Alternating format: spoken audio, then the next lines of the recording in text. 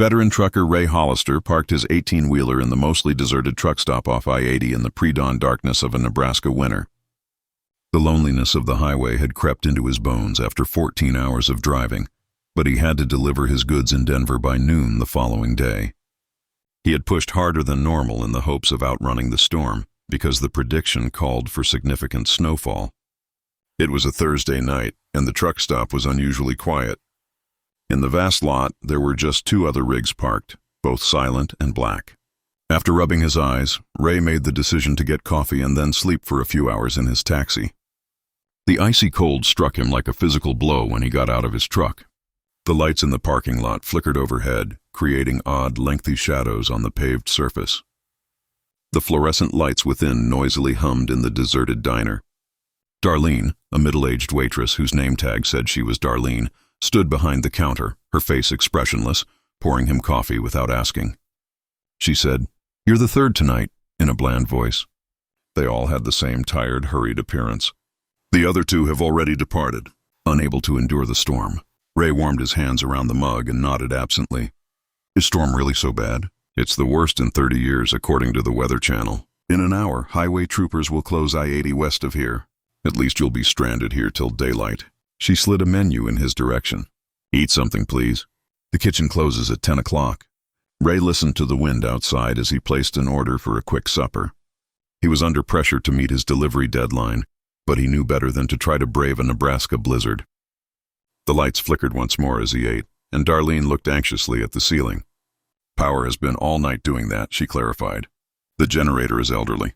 The owner is adamant on replacing it." She leaned over to the other side of the counter. "Listen, I don't normally say this to customers, but if I were you, I'd find somewhere else to sleep tonight." Mid-bite, Ray paused. "What are you saying?" They were all by themselves, but Darlene peered around. "Particularly during the winter, this location has a history." She paused. "This place was the scene of an event in 1997. In a storm like this, a truck driver became stranded. His rig was still operating in the morning, but he had vanished. They discovered what was left of him 5 weeks later. The field was miles away. According to the official narrative, she faded off, but he became confused in the blizzard. However, what? Suddenly less hungry, Ray asked. He was not the first nor the last, though. She wiped the counter and straightened up. "Just letting you know, sometimes staying put is more perilous than the roadways." Despite being uneasy by Darlene's warning, Ray brushed it off as local lore and hurriedly completed his supper. After paying his tab, he made his way back to his truck. Now, in the glaring parking lot lights, the snow was swirling and falling heavily. Almost like a human voice, the wind shrieked between the buildings. Ray climbed into his cot and turned up the temperature in his cab. He was exhausted, but he couldn't sleep. Ice crystals tapped impatiently against his glass as the wind shook his truck. He was awakened at around 2 in the morning by the sound of his CB radio sparking to life. The cab was filled with static. Then a weak, garbled voice came out. "Help mile marker 152. They will not let me go." Now completely awake, Ray sat up. He was parked precisely at mile marker 152. He reached for the microphone. "Ray Hollister is at the truck stop on I-80, 152nd mile marker. Who is requesting assistance?" "Over." He got only static in response. The voice then came back more clearly. "They appear while you're asleep. They're starving. Constantly hungry." Ray felt a shiver that had nothing to do with the weather. He looked at the other trucks in the lot through his glazed windshield. Both remained dark as if they were empty. After hesitating, he put on his bulky coat. If another motorist was having problems, he couldn't ignore it. Something wasn't right. Ray realized his error as soon as he got out of his truck. The wind tore through his clothing as if it were invisible, and the storm had grown into a whiteout. 20 yards away, he could hardly see the cafe. He retrieved his flashlight from his pocket and yelled, but the roaring wind drowned out his words. Ray's flashlight beam detected movement between the parked vehicles as he trudged approached the cafe. A person moved against the driving snow, hunched over and shuffling.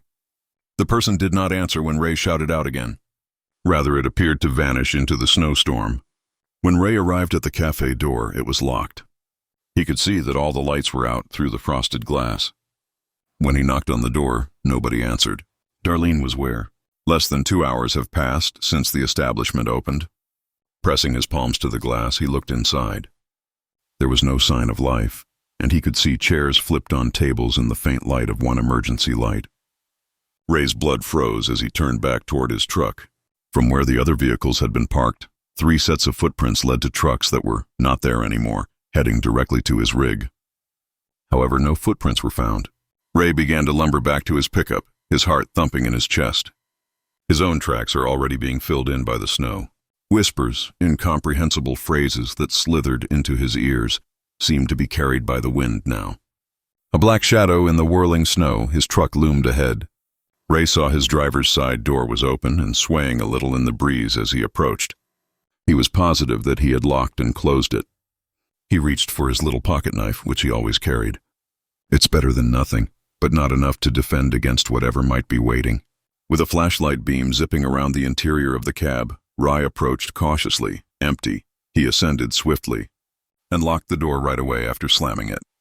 When he attempted to start the engine, his hands trembled. Nothing took place. The battery had died. Ray seized his phone in a panic. No signal. The CB radio was also dead as he went for it to make an emergency call. Every technological device on his pickup had failed at the same time. He was isolated from the outside world, confined in a metal box during a blizzard. He froze as he heard a gentle thump on his cab's roof, followed by another. Slowly, footsteps crossed the top of his truck. With the knife firmly grasped in his palm, Ray held his breath. Just over his head, the footsteps ceased. Then the scratching began, slowly. Ceased. Then the scratching began, slowly. Intentional, akin to lengthy fingernails dragging across metal. Ray looked up, horrified to see something pressing down with unfathomable force as the roof of his taxi started to dent inward. His windshield developed a crack that splayed across the glass like a spiderweb.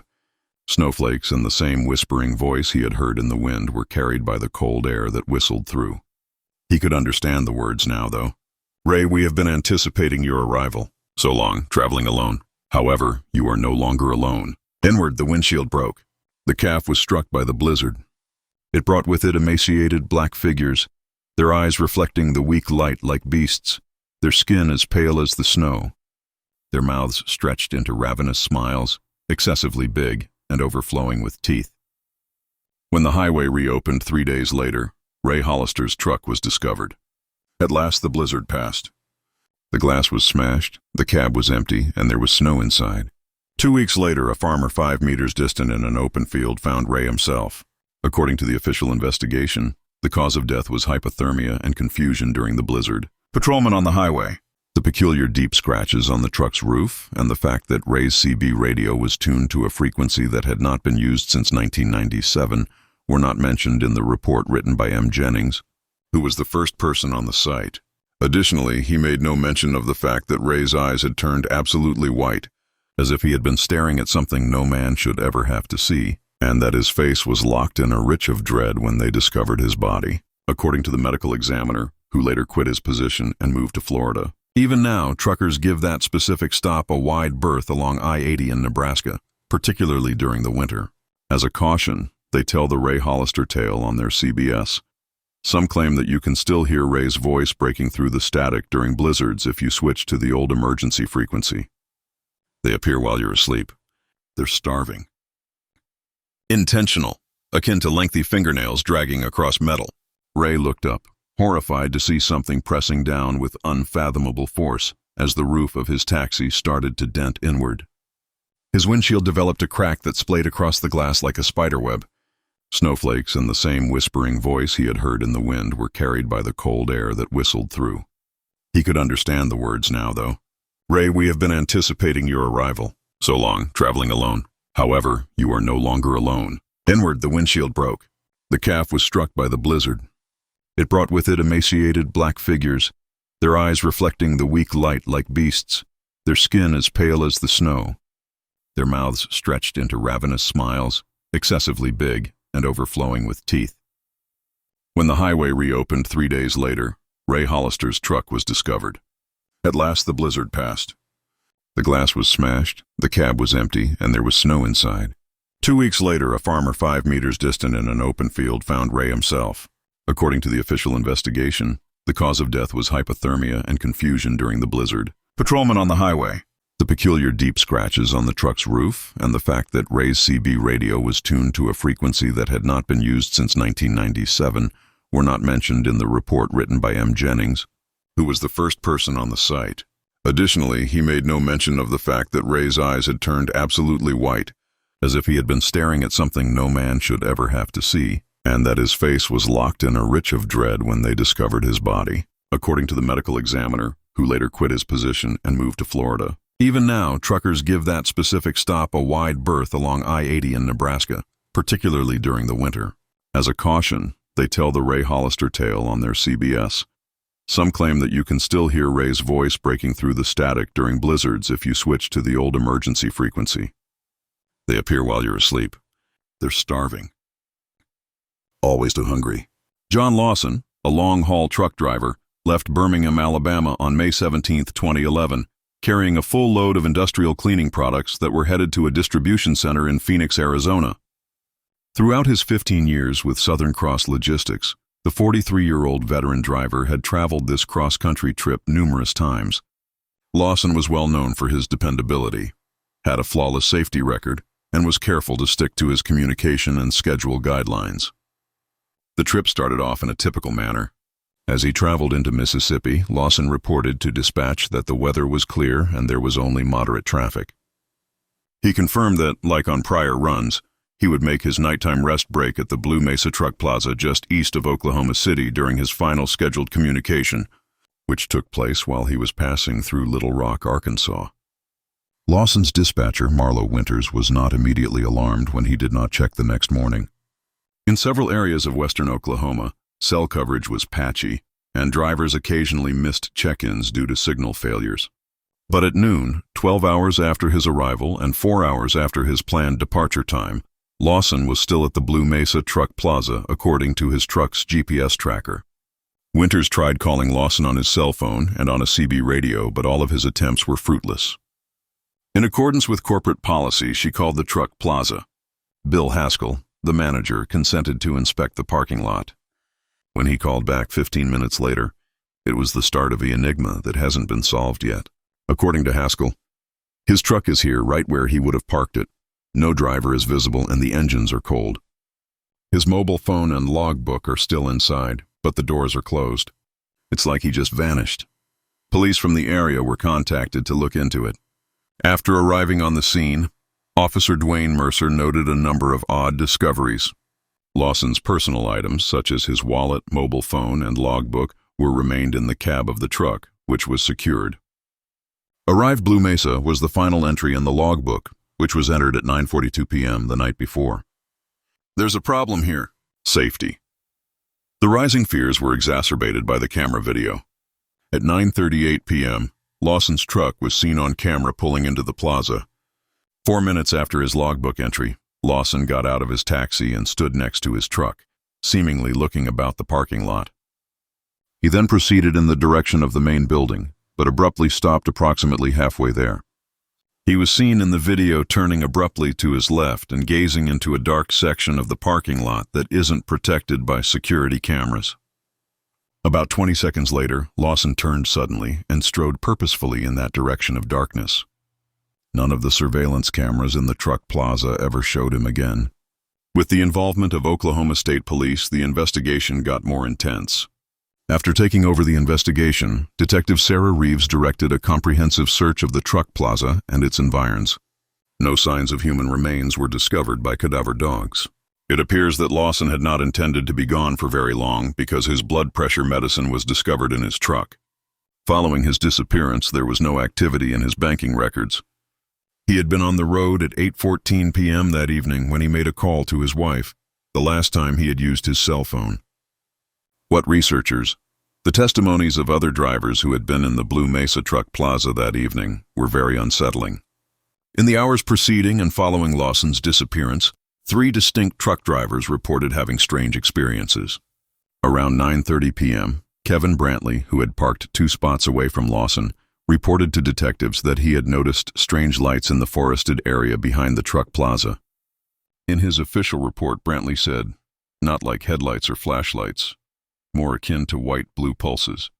It gave me the shivers, but I assumed it was electrical work." I drew my curtains and closed my doors. About 15 minutes after Lawson was last seen on camera at around 10 p.m., Maria Fuentes, another driver, claimed to have heard what sounded like metal being shredded. She told detectives. I peered out my window and saw nothing. The peculiar thing was that every dog in the square began howling simultaneously. In my 12 years of driving, I have never heard anything like it.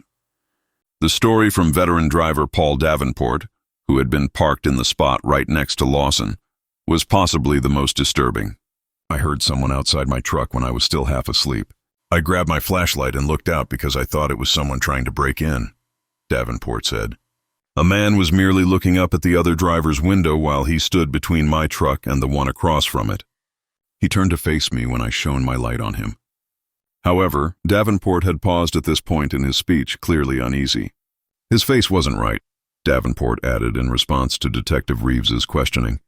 It seemed wet, but it was too smooth, like a mannequin. Like an animal, the eyes reflected my illumination.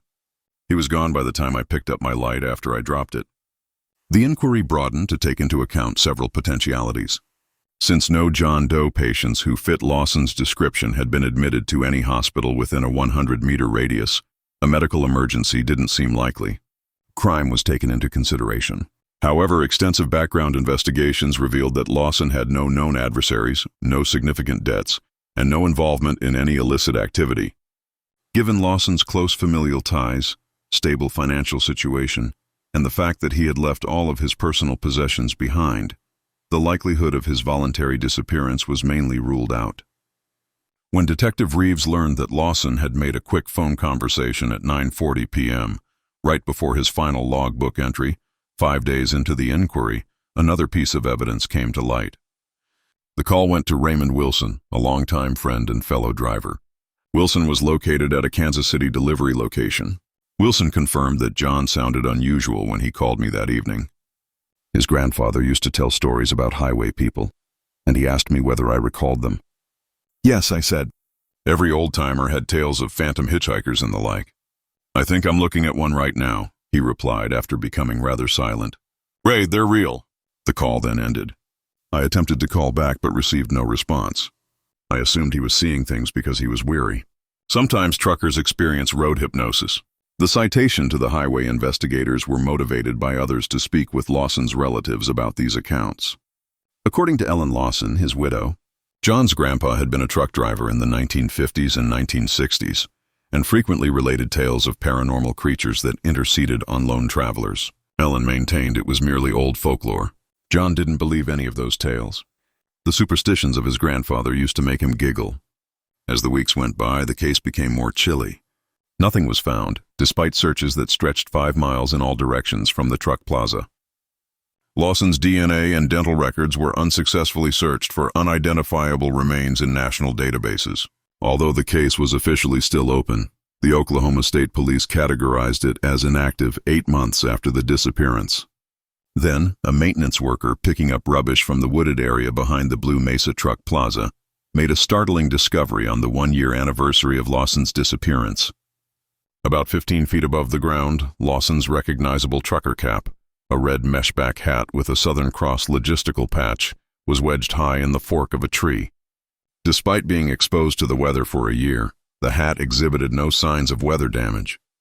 More unsettlingly, the hat's inside band featured a number of scratches that the crime lab verified were caused by human fingernails, giving the impression that the hat had been violently torn from Lawson's head as he struggled to keep it on.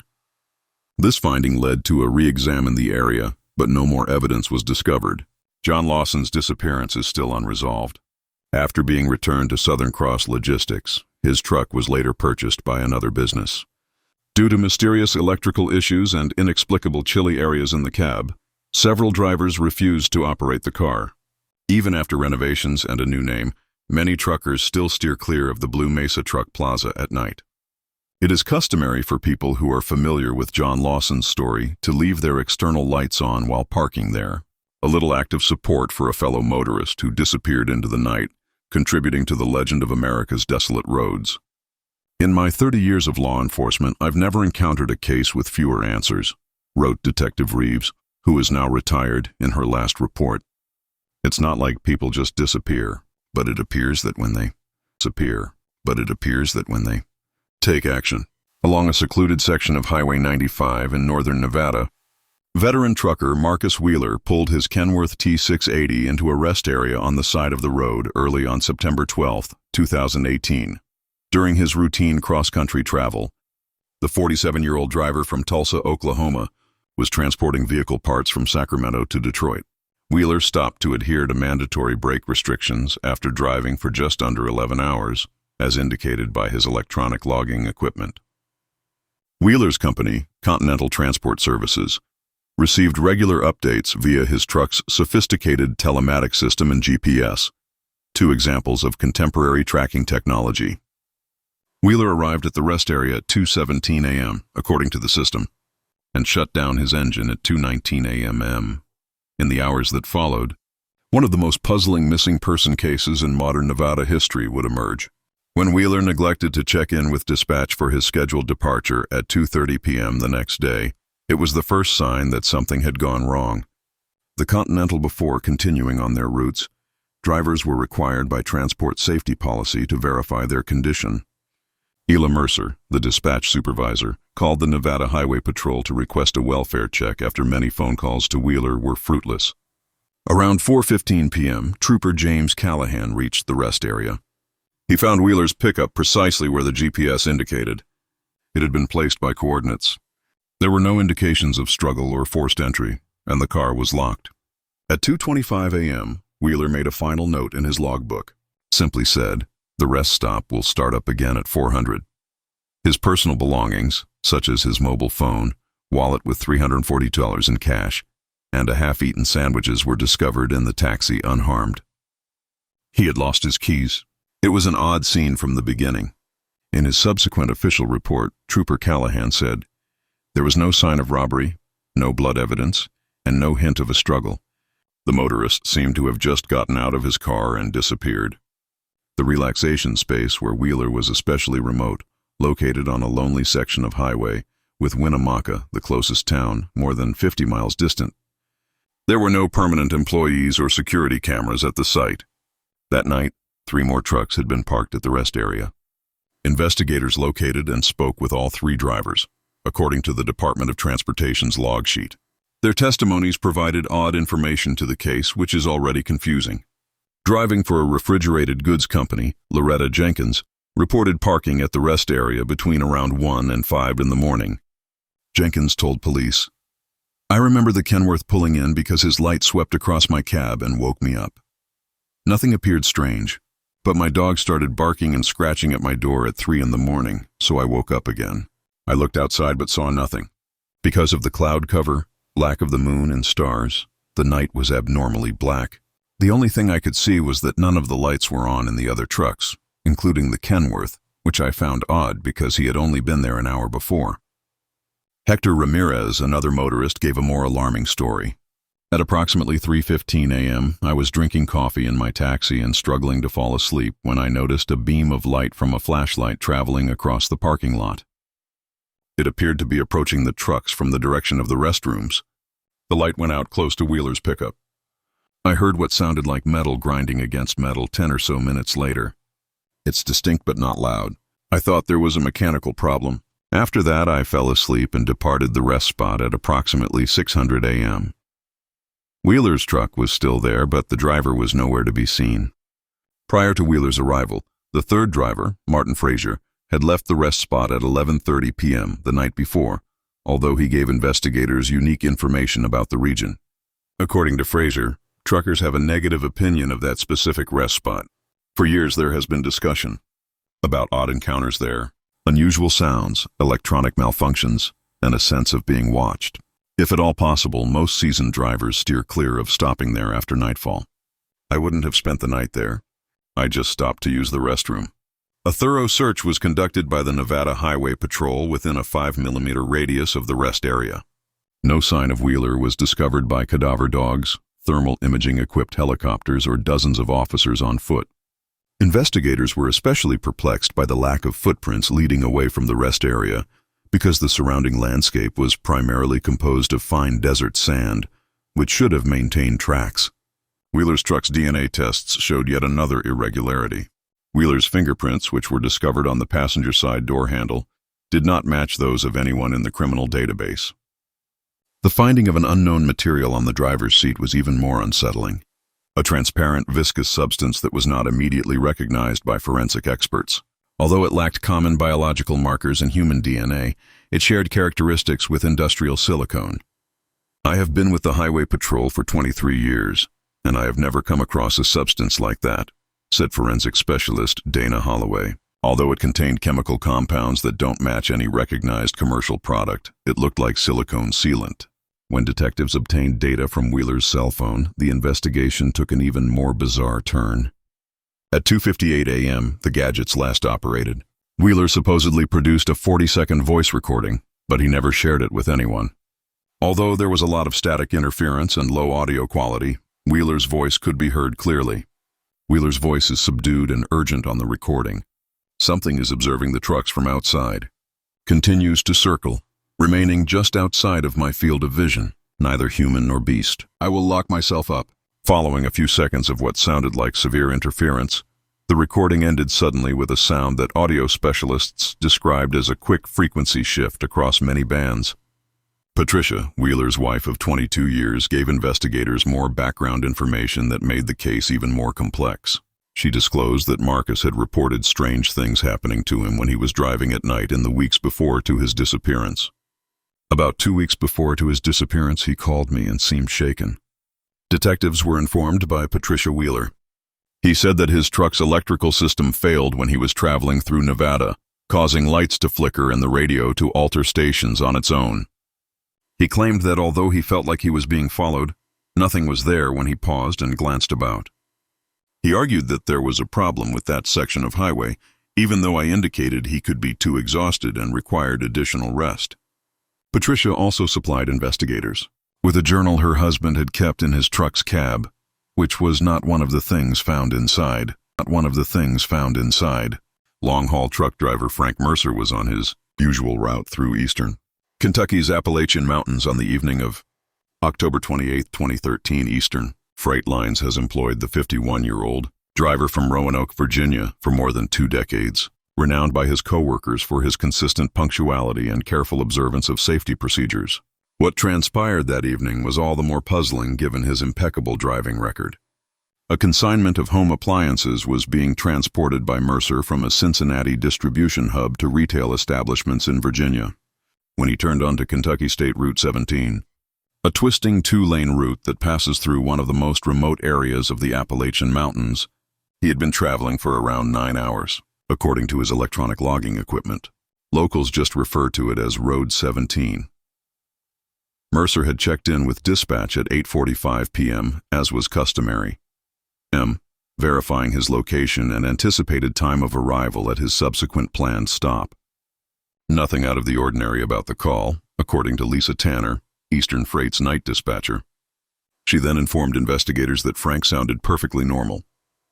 Although there was some fog coming in, he stated there was still enough visibility. His final remarks were, it should take an hour or so to go past the mountains if the weather remains stable. Mercer's truck's GPS monitoring system reported an unplanned stop at 9:17 p.m. The site was roughly 23 miles down Route 17, a stretch devoid of facilities or rest stops. The truck didn't move for 6 minutes before starting up again. Mercer was known for his meticulous record-keeping, thus it was remarkable that he did not hand-log this brief stop. Mercer's truck stopped once more at 9:36 p.m., this time on a broad shoulder road that was straight. According to the truck's onboard computer system, the brakes were abruptly applied with enough force to activate the automated emergency alarm system. Dispatch tried to reach Mercer right away by mobile phone and radio but got no answer. At 9:52 p.m., Eastern Freight called the Kentucky State Police, who sent Trooper Michael Harding to the scene in accordance with emergency alert policy. What Harding found would end up being the subject of an ongoing investigation. Mercer's vehicle was located precisely where, with the danger lights still flashing, the vehicle was correctly pulled over onto the shoulder as the GPS had instructed. The motor was in motion. The interior cab light was on, and the driver's side door was closed but unlocked. There was no sign of Mercer. He left his logbook, wallet, and cell phone in the taxi. His coat was almost freezing outdoors, but it was still hanging on the back of the driver's seat. Trooper Harding's first report stated that the most puzzling feature of the scene was the total lack of tracks or other disturbance in the gravel shoulders around the truck. The ground was sufficiently soft to take imprints after several hours of light rain. However, there were no indications that Mercer or anybody else had left the car. He seemed to have just disappeared from the cab. Harding stated, "I've been with the state police for 12 years and have never encountered a scene quite like this." With the arrival of more officers, the probe became more intense. The film from the truck's dash camera, which was supposed to be recording continually, terminated suddenly at 9:22 p.m. It was 14 minutes before the vehicle finally stopped. Although the audio captured what investigators described as a strange, low-frequency humming noise that started about 30 seconds before the tape ended, the final frames showed nothing but an empty road ahead. Eastern Freight technical experts verified that the video system had been manually turned off rather than malfunctioning, entering a code that was only known to the driver, and the business was necessary for this action. Management, a protection mechanism intended to stop manipulation. Forensic technicians discovered no signs of violence or struggle inside the cab. They did find anything odd on the windshield, though. On the interior glass, there were a number of marks that seemed to have been created by human fingers moving across the surface. Mercer made the markings, as evidenced by analysis showing traces of his DNA in them. The design implied desperate, frenetic motions. When police examined video from a highway maintenance camera about 2 miles prior to where Mercer's truck made its last stop, the inquiry took an even more perplexing turn. At 9:31 p.m., the truck was seen passing at regular speed on the poor black and white video. A detailed analysis of the video, however, showed a disparity. The visual quality was so bad that it looked like there were 2 persons in the illuminated cab instead of just one. Investigators were unable to identify the second figure or ascertain its nature with certainty. Investigators spoke with locals who lived close to Road 17 as the hunt for Mercer grew. The disappearance was given unsettling context by a number of sources. On the night in question, Eleanor Whitaker, a local resident whose farmhouse was about a quarter of a mile away from the location of Mercer's truck, observed strange happenings. Around 9:30, my phone line died and all of the electricity in my house flickered. That happens sometimes during storms, but the weather wasn't bad enough for that, the 72-year-old woman said. My dogs were what frightened me the most. My 3 hounds will bark at anything in motion, and now they were all howling. Dogs emit that melancholy wail when they're afraid, but not barking. It would be over 10 minutes before they stopped. Never in my entire life have I heard them continue in that manner. James Harmon, a local who worked the night shift at a mining company 5 miles away from the incident, said he saw strange celestial lights during the period when Mercer vanished. Harmon argued that these weren't airplane lights. These were several blue-white lights that pulsed, moving too quickly and too randomly. This wasn't like the many helicopters and airplanes I've seen out here. The declaration from Calvin Tucker, a retired truck driver who worked for Eastern Freight until 2010, was arguably the most important. After learning about Mercer's disappearance on the news, Tucker got in touch with detectives. 3 weeks before to his disappearance, Frank called me. Tucker said he wanted to ask me about Road 17, even though we hadn't spoken in months. Frank was aware of my odd experiences during the 15 years I spent driving that route. Tucker claimed that Mercer had been having strange experiences. On his most recent visits to the region, he said that voices speaking what sounded like reversed English would be picked up by his radio. His lights would suddenly go out of commission while he was driving that distance. Twice, without any reason, his engine had stopped down entirely and then restarted a little while later. I had to respond in the affirmative when he inquired if I had ever had any similar experiences. The majority of drivers who Road 17 has anecdotes from frequent travelers. That explains why there are so many trash night runs there. For 3 weeks, teams searched the densely forested mountainous area around Road 17 in an effort to find Frank Mercer. No traces were found despite the use of cadaver dogs, thermal imaging technology, and dozens of volunteers. Mercer seems to have utterly disappeared from the planet. The sole extra-physical evidence was retrieved 2 months after the disappearance, when a hiker discovered Mercer's Eastern Freight cat lodged in a tree's branches about 30 feet above the ground, about half a mile from the location where his truck had been left. Even after months of exposure to the weather, the cap exhibited no signs of wearing or deterioration. Although it is not yet underway, the official investigation is still open. Mercer's disappearance has been explained by a number of ideas, from voluntary abandonment to malicious play, but none of them fully explain the facts. The absence of footprints, the enigmatic second figure in the traffic camera footage, and the manually turned off the dash camera describe a conundrum that has eluded law enforcement. Although many drivers simply decline assignments that include Road 17, especially at night, Eastern Freight Lines has recently instituted a policy mandating that drivers travel it in pairs. A tiny memorial marker, one of many that now line the entire length of Road 17, was placed by the firm close to the location where Mercer's truck was discovered. In the hopes that someone will recognize the odd humming sound caught in the last seconds of recording, Kentucky State Police released a small sample of the audio retrieved from Mercer's dash camera in 2015.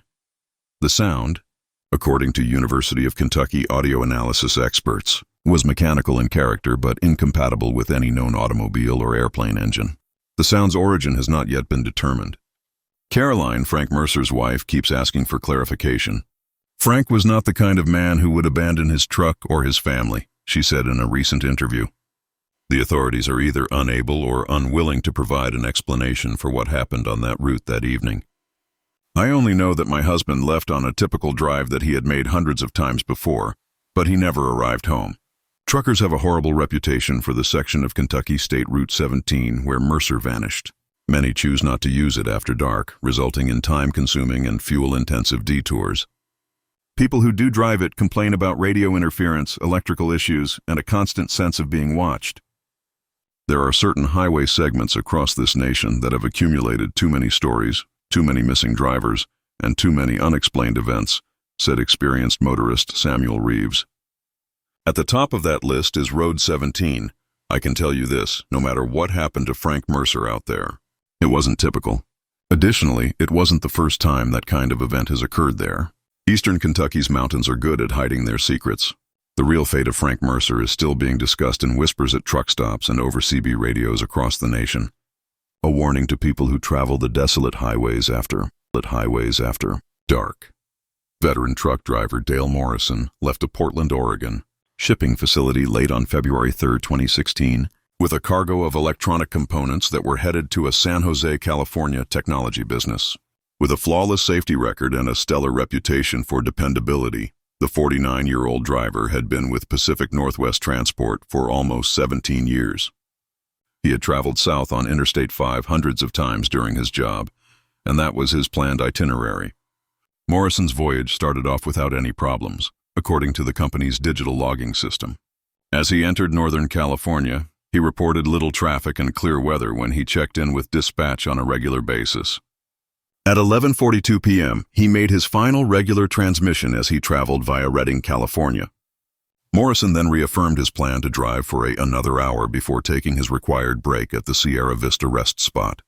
Morrison's truck unexpectedly stopped at 12:37 a.m. in a desolate region of the highway without rest stops or services, about 27 miles south of Redding. According to the truck's GPS, it had veered onto the southbound lane's shoulder. The car was motionless, but the onboard computer detected that the engine was still operating. Following policy, dispatch supervisor Heather Landon tried to reach Morrison via mobile phone and the truck's integrated communication system when he did not reply to regular check-in attempts. Landon called the California Highway Patrol to seek a welfare check on the motorist after 20 minutes passed with no response. At 1:18 a.m., Officer Raymond Vasquez arrived at the scene to discover a sight that would confound investigators for years to come. Morrison's truck was parked correctly on the shoulder with its hazard lights on, just as the GPS had indicated. The headlights were on, the engine was going, and the doors were secured. Officer Vasquez could see Morrison's personal belongings through the windows, such as his cell phone, logbook, and a partially empty coffee thermos, but he could not see the driver. Vasquez entered the cab by using the department's commercial vehicle override codes, which are used in emergency situations. According to Vasquez's official report, the preliminary examination revealed no evidence of violence or struggle. The taxi was undamaged and well organized. The fact that the driver's seat was still warm indicated that Morrison had just gotten out of the car. Strangest of all, his wallet with identity and $147 in cash was on the passenger seat, and his keys were still in the ignition. The scene was especially strange because there were no footsteps or other disturbances in the soft dirt around the truck. A little rain had. The shoulder was sufficiently dirty to record any movement after hours of tumbling. However, there were no tracks that led off the car. 3 minutes prior to the truck coming to a stop, at 12:34 a.m., the dash camera, which was mandated by company policy to be in operation at all times, had been manually disabled. The mystery grew more complex as investigators looked over Morrison's electronic logbook. The note in his last entry, which was made at 12:33 a.m., was noticeably unusual for the meticulous driver. Alert for weight distribution. Shifting of load. We'll look into it. According to Pacific Northwest Transport, there is no weight dispersion. The truck's systems had set off an alarm, and an inspection of the sealed container revealed no signs of cargo shifting or manipulation. Immediately, scores of officers on foot, K-9 teams, and helicopters equipped with thermal imaging began a comprehensive search of the surrounding region. Morrison was not found despite a 5-mile search radius in all directions from the truck. The only possible piece of evidence found was a single work boot that was identified as belonging to Morrison, discovered the truck in thick underbrush about 400 yards away. There was no damage or evidence of fighting, and the boot seemed as though it had been put purposefully rather than lost in a fight or a hurried escape. When specialists looked into the truck's electronic systems, the research took an unexpected turn. Starting at 12:31 a.m., the onboard computer had detected a considerable power drain, in line with an electrical system that consumes a lot more current than the total basic equipment of the truck. This drain persisted until 12:36 a.m., when it suddenly dropped back to normal. The vehicle manufacturer's engineers were unable to find any mechanical issue that could account for this irregularity. The audio recovered from the truck's hands-free communication device was more unsettling. The audio recording feature had been functioning on its own, even though the dash camera had been turned off. Several irregularities that were difficult for forensic audio analysts to explain were captured in the last 90 seconds of the clip. Morrison may be heard clearly stating, "That's not possible," at timestamp 12:3517. The seals are still in place. There is silence for 22 seconds after this. A sudden blast of static at 12:35:39 muffles all other sounds for about 7 seconds. Morrison's voice reappears as the audio fades out, this time with a decidedly agitated tone. "Who are you? How did you enter the at 12:3552? The recording abruptly ceases. Other drivers who had been on the same section of I-5 that evening were questioned by investigators. Although their accounts differed greatly, 3 different witnesses claimed to have seen strange lights near the location where Morrison's truck was discovered. About 15 minutes before to Morrison's abduction, trucker Eileen Kozlowski was traveling north when she passed the scene and reported seeing dazzling blue-white lights floating about 30 feet above the highway. At first she thought it was a police helicopter, but as she passed she saw that there was no sound. An additional driver, Marcus Washington, said that when he got closer, he heard a lot of static and what sounded like voices talking backwards on his CB radio.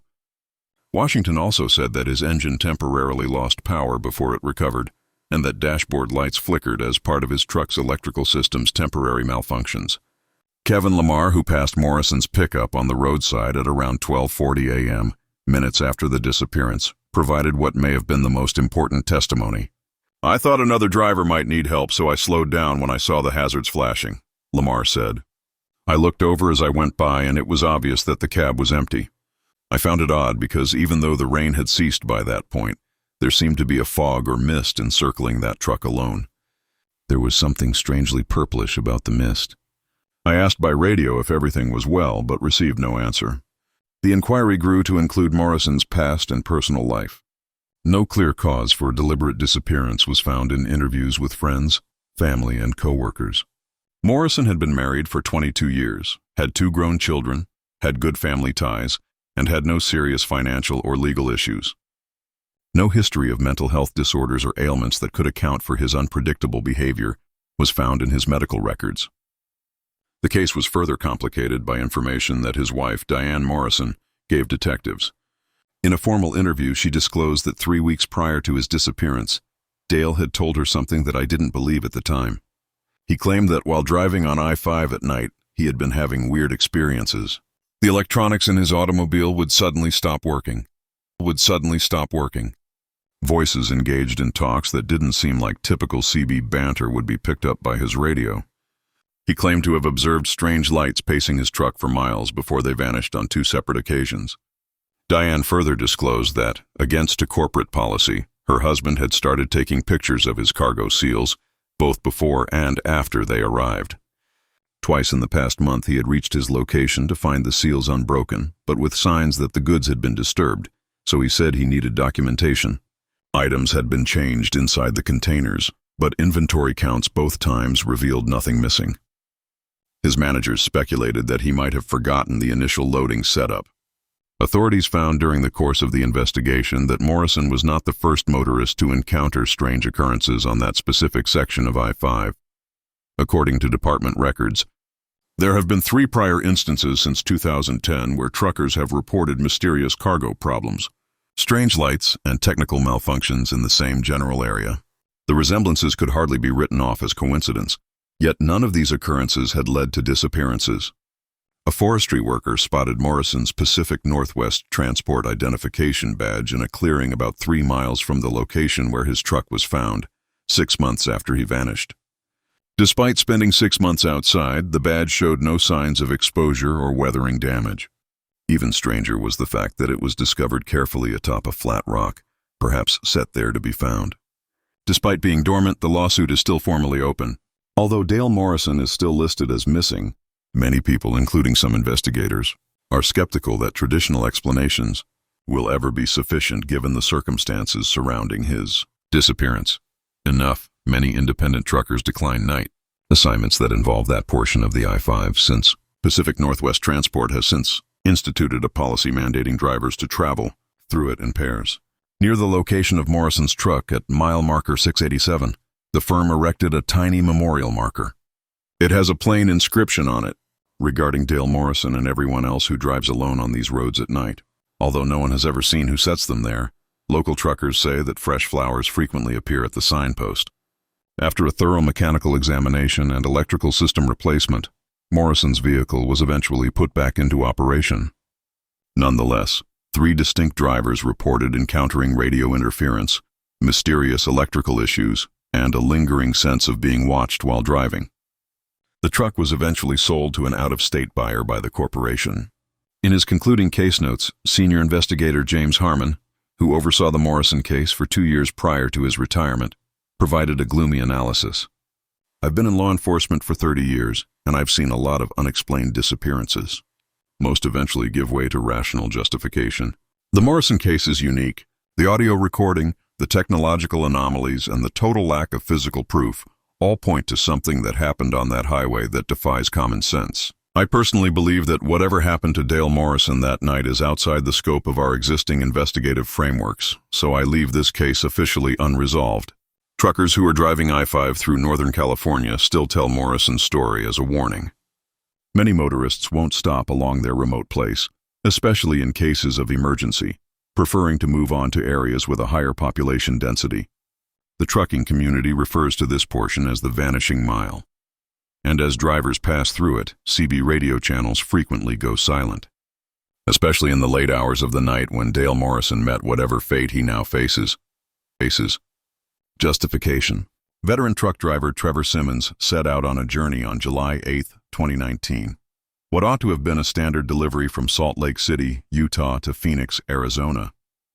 Having worked for Continental Shipping for almost 10 years, the 38-year-old driver had a stellar safety record and a stellar reputation for punctuality. He had made the trip dozens of times during his work, and his planned route would take him north along Interstate 15 through the isolated desert regions of southern Utah and northern Arizona. Simmons left the Phoenix distribution center at 2:15 p.m., according on the tracking information provided by Continental Shipping, with a ton of consumer gadgets and packaging. The load weight of 17.4 tons, which was far within the permissible limit for his vehicle class, was reported on the manifest. Simmons reported no problems as he crossed into Utah and completed his mandatory check-ins with dispatch throughout the afternoon. At 7:42 p.m., he made his final regular communication as he went through around 250 miles into his adventure. He arrived at Cedar City, Utah. During this last check-in, Simmons informed dispatcher Rachel Winters that everything was going smoothly. If nothing changes, the weather is clear, the traffic is minimal, and we should arrive in Salt Lake by midnight. Although Winters would subsequently observe that Simmons sounded a little more exhausted than normal, dispatch logs show nothing out of the ordinary about this exchange. 8:37 p.m. An unforeseen detour in Simmons Road was detected by Continental's monitoring system. His pickup pulled off Interstate 15 at a far-off exit that only led to Desert Valley Road, a lonely two-lane road that connects a few tiny farms and an abandoned mine. He had no intention of leaving the freeway, and this diversion was not part of his intended trip. As the vehicle went on, for over 20 minutes, dispatch tried to get in touch with Simmons to get clarity along this side route. There was no reaction to these attempts. Continental Shipping attempted, without success, to contact Simmons via a variety of channels, including the truck's integrated communication system, radio, and mobile phone, in accordance with company policy for unforeseen deviations. The truck's GPS indicated that it had completely stopped at 9:14 p.m. Desert Valley Road is around 17 miles long. Data from the onboard diagnostic system showed that although the car remained motionless, the engine was still operating. At 9:32 p.m., Continental Shipping called the Utah Highway Patrol to request an emergency welfare check after repeated attempts to contact Simmons were unsuccessful. When Trooper Daniel Blackwood got there 10:08 p.m., one of Utah's most puzzling missing persons investigations would center on what he found. With its danger lights blinking and its engine running smoothly, Simmons' truck was parked neatly on the shoulder of the road. No indications of an accident or mechanical breakdown were present. Trooper Blackwood could see through the windows and through the locked doors. Simmons' logbook was open on the passenger seat, and his mobile phone was on the dashboard. The driver himself was nowhere to be seen.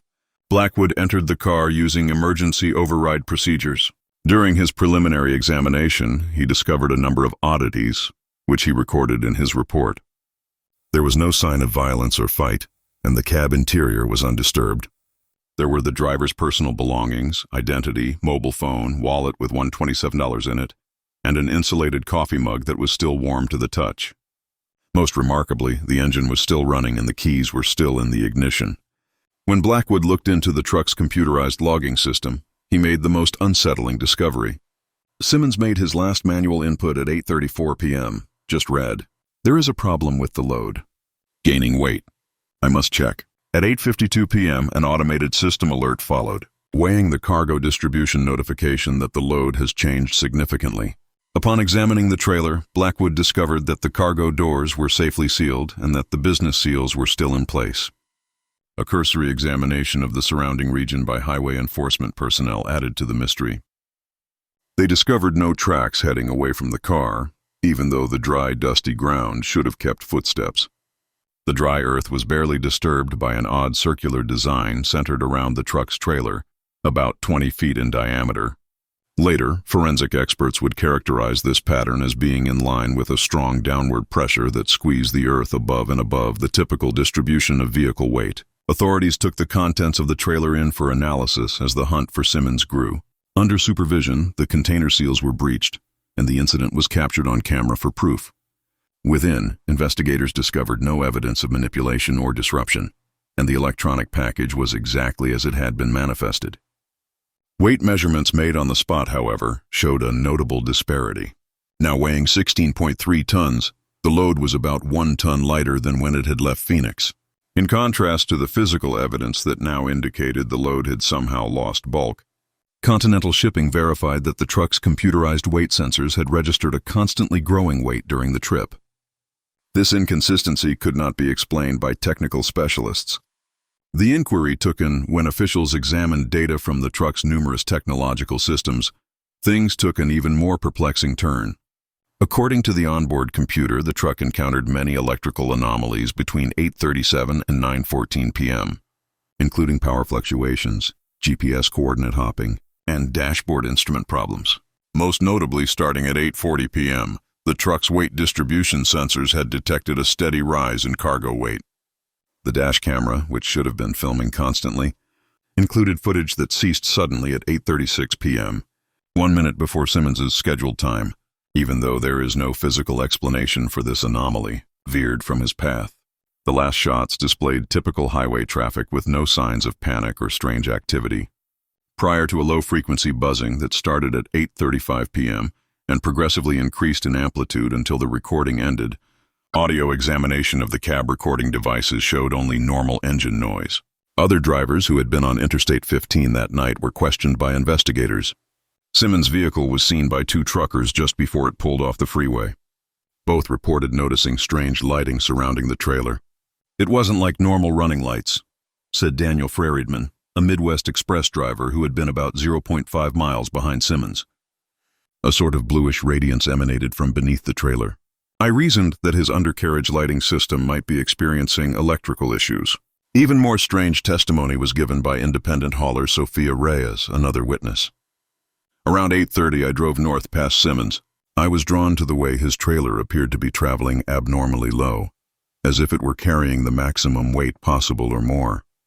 The odd thing is that I seem to recall thinking the tractor unit appeared to be straining, as if something were pulling it back. I've driven for 20 years, and I've never seen a rig move like that. The inquiry was broadened to take Simmons's mental health and personal history into account. Family, co-workers, and his doctor were interviewed, and the results showed no alarming patterns. Simmons had no prior history of substance misuse, mental illness, or financial difficulties. He had recently received a performance bonus at Continental, had been married for 12 years, had 2 children, and had maintained close family ties. No signs of disappearance or personal anguish were present. Investigators received information from Simmons' wife, Andrea, that gave the investigation a new angle. She told detectives that 2 weeks before to his disappearance, Trevor had told them about an unusual incident that occurred while traveling through Utah. He claimed to have encountered what he referred to as a dead zone on I-15, where both his phone and radio lost signal at the same time. He claimed that the truck felt different, heavier, and more difficult to steer in this dead zone. He informed me that it took roughly 10 minutes for things to get back to normal. He informed his boss about it, but was informed that it was most likely just a communication tower failure that happened to coincide with some poor road conditions. After this incident, Andrea also disclosed that her husband started bringing a personal tape recorder on his drives. She clarified that he wanted record in case it occurred again. Among the personal belongings discovered in the truck was not this recorder. For 3 weeks, ground crews, cadaver dogs, helicopter surveillance, and thermal imaging technologies were used in the search for Trevor Simmons. Over 50 square miles of the surrounding desert were covered by the operation, but no meaningful evidence was found. An infrared flyover study that found an odd thermal pattern running in a straight line from the truck's parking spot to a mesa about 3 miles east was the only possible hint. There was no geological or botanical explanation for this pattern, which revealed noticeably lower ground temperatures along a corridor that was roughly 10 feet wide. At the base of the mesa that displayed the thermal anomaly, a recreational hiker found Simmons' Continental Shipping identification badge 6 months after he vanished. Despite being exposed to severe desert conditions for months, the emblem showed no signs of wear or environmental degradation. The finding that the badge's magnetic strip had been totally demagnetized, and that the plastic laminate showed microscopic fracture patterns that were compatible with exposure to extreme pressure was further unsettling. The matter is still pending, formally designated as an ongoing investigation into a missing person. Since then, Continental Shipping has made it mandatory for truckers to use that portion of Interstate 15 in pairs, especially at night. In order to avoid similar communication failures, the business also upgraded their fleet with improved tracking and communication technologies that operate on numerous frequency bands simultaneously. Before being put back into service, Trevor Simmons's vehicle had a comprehensive inspection by several different engineering organizations. 3 other drivers reported witnessing strange occurrences while driving the vehicle, including electrical faults, inexplicable weight distribution warnings, and a lingering sensation of something moving in the trailer, even though no mechanical or structural problems were found. The vehicle was eventually retired from active service by Continental Shipping.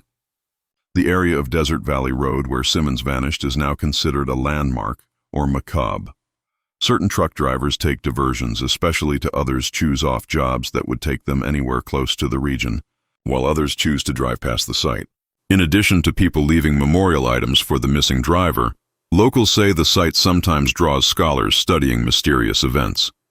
Perhaps the most provocative analysis was provided by Dr. Eleanor Richards, a physicist from the University of Utah, who studied the soil compression patterns during the study. Physical evidence found at the scene points to unexplainable forces at work, by standard environmental or mechanical conditions. The trailer weight disparity, the compression pattern, and the heat anomaly all suggest that something was operating outside of our normal physical parameters.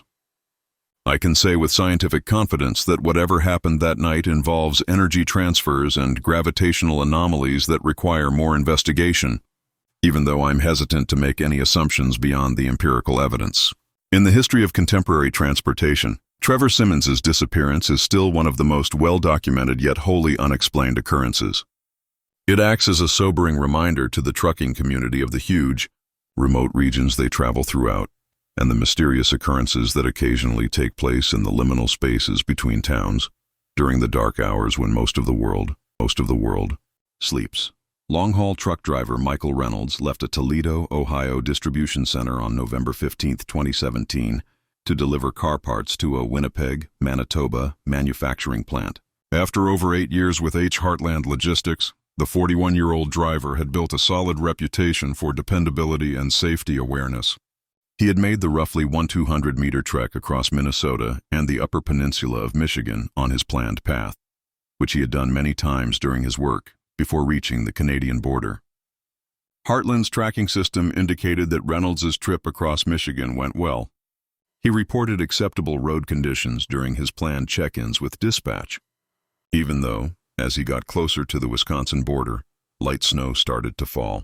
At 10:13 p.m., as he entered Minnesota, he sent dispatch his last regular message, telling them that he would make his required rest break at the Pine Ridge Truck Plaza some 90 miles ahead. 11:47 p.m. Reynolds' driving behavior unexpectedly changed, according to the company's surveillance system.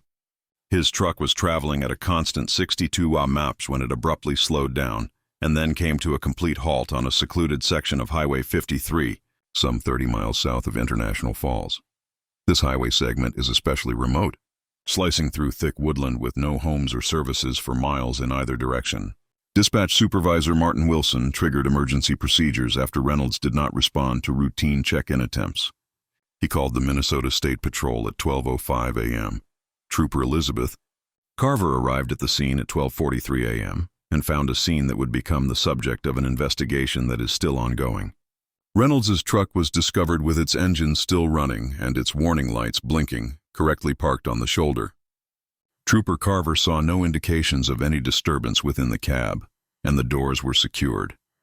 Once inside, she captured a scene that resisted easy interpretation.